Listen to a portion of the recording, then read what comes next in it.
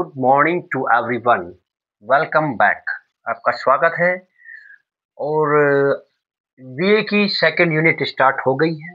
First time की English की unit first बिल्कुल कंप्लीट कर दी गई है। पहले उसके सारे शॉर्ट क्वेश्चन कराए गए थे, बिल्कुल शॉर्ट में एडवांस ट्रिक के साथ। उसके बाद सारी पूरी यूनिट के एमसीक्यू, बिल्कुल टोटल लगभग 70 एमसीक्यू जो इम्पोर्टेंट है एग्जाम के लिए और बार बार बोर्ड आपके एग्जाम पेपर में आते हैं, वो भी करा दिए गए हैं।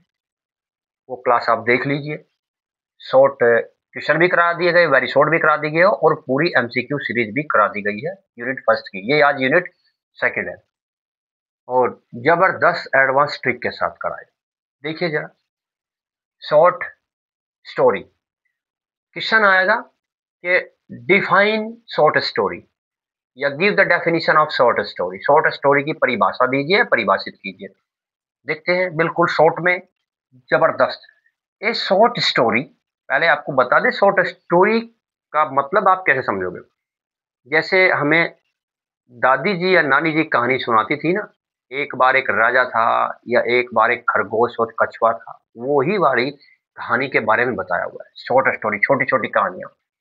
ये short story is a narrative. Narrative एक छोटी कहानी शॉर्ट स्टोरी होती है, वर्णनात्मक, जिसमें किसी भी पशु पक्षी राजा कहानी परी किसी भी चीज के बारे में वर्णन किया जाता है। नैरेटिव मीन्स वर्णन करना, उसके बारे में बताया जाता है और मेनली एक ही चीज के बारे में बताया जाता है। इट टेल्स अबाउट, यह बताता है किसके बारे में, द इमेजिनरी इवेंट्स, काल्पनिक घटनाओं के बारे में, that happen to imaginary people, जो घटित होती हैं काल्पनिक व्यक्तियों के साथ।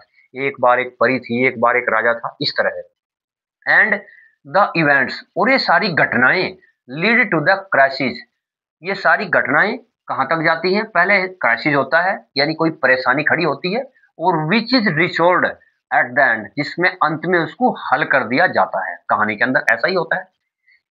According to doctor Blank William, Blank William कैसे डेफिनेशन देता है भाई, एग्जाम में आ सकता है कि ब्लैंक विलियम ने कौन सी डेफिनेशन दी थी, वो बताइए। ए शॉर्ट स्टोरी, एक छोटी कहानी, is a narrative artistically presenting. देखो, एक शॉर्ट स्टोरी होती है वर्णात्मक, आर्टिकली, आर्टिस्टिकली, आर्टिस्टिकली क्या बोलते हैं, आर्ट मीन्स कला होता है, आर्टिस्टिकली होता है कलात्मक रूप से, आर्टिस्टिकली कलात्मक रूप से प्रस्तुत की हुई होती है, वर्णात्मक।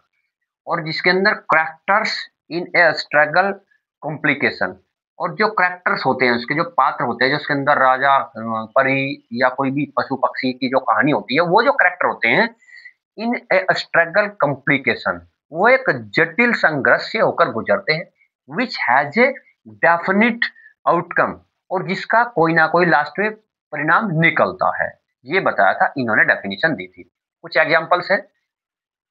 The gift of the magi, O Henry की है ये शॉर्ट स्टोरी है। The tell the tell tale the tell tale heart by Edgar Allan Poe की है, ये फेमस स्टोरी है, शॉर्ट स्टोरी। और सेकंड क्वेश्चन है, right the characteristics of short story. Short story की कुछ विशेषता बताइए। Characteristics of short story, short story की कुछ विशेषताएं हैं, यानी क्या क्या होना चाहिए शॉर्ट स्टोरी में। ए short story should create a single impression, पहली शर्त है कि शॉर्ट स्टोरी के अंदर एक ही छाप छोड़ना चाहिए माइंड पे कि उससे हमें ये शिक्षा मिली है, यानी एक छाप क्रिएट करनी चाहिए शॉर्ट स्टोरी ने। दूसरा है, मोस्ट शॉर्ट स्टोरी रिवॉल्व, अधिकांश शॉर्ट स्टोरियां रिवॉल्व में घूमती रहती हैं अराउंड ए सिंगल, चारों ओर एक इकलौते इंसिडेंट, घटना के ऊपर ही, करेक्टर के ऊपर, या फिर पीरियड ऑफ टाइम। जो शॉर्ट स्टोरी होती है इसमें मैनली एक समय के बारे में ही कुछ कहानी चलती रहती है किसी एक समय में, या किसी एक करेक्टर के ऊपर, या फिर किसी एक घटना के ऊपर ही चलती रहती है। It should be capable of being read eight one sitting, यानी कहानी ऐसी होनी चाहिए इसने के समर्थ हो सके एक व्यक्ति बैठे बैठे उसे पढ़ ले, यानी एक ही जगह बैठकर पूरी कहानी पढ़ ले। कहानी ऐसी होनी चाहिए, ना कि जैसे नाटक प्ले किए जाते हैं, उपन्यास, इस तरह नहीं, केवल एक जगह बैठे बैठे कहानी सुन ली जाती है जैसे हम सुनते थे। अच्छा, थर्ड क्वेश्चन के लिए नेक्स्ट वीडियो देखिए। थैंक यू, जय हिंद।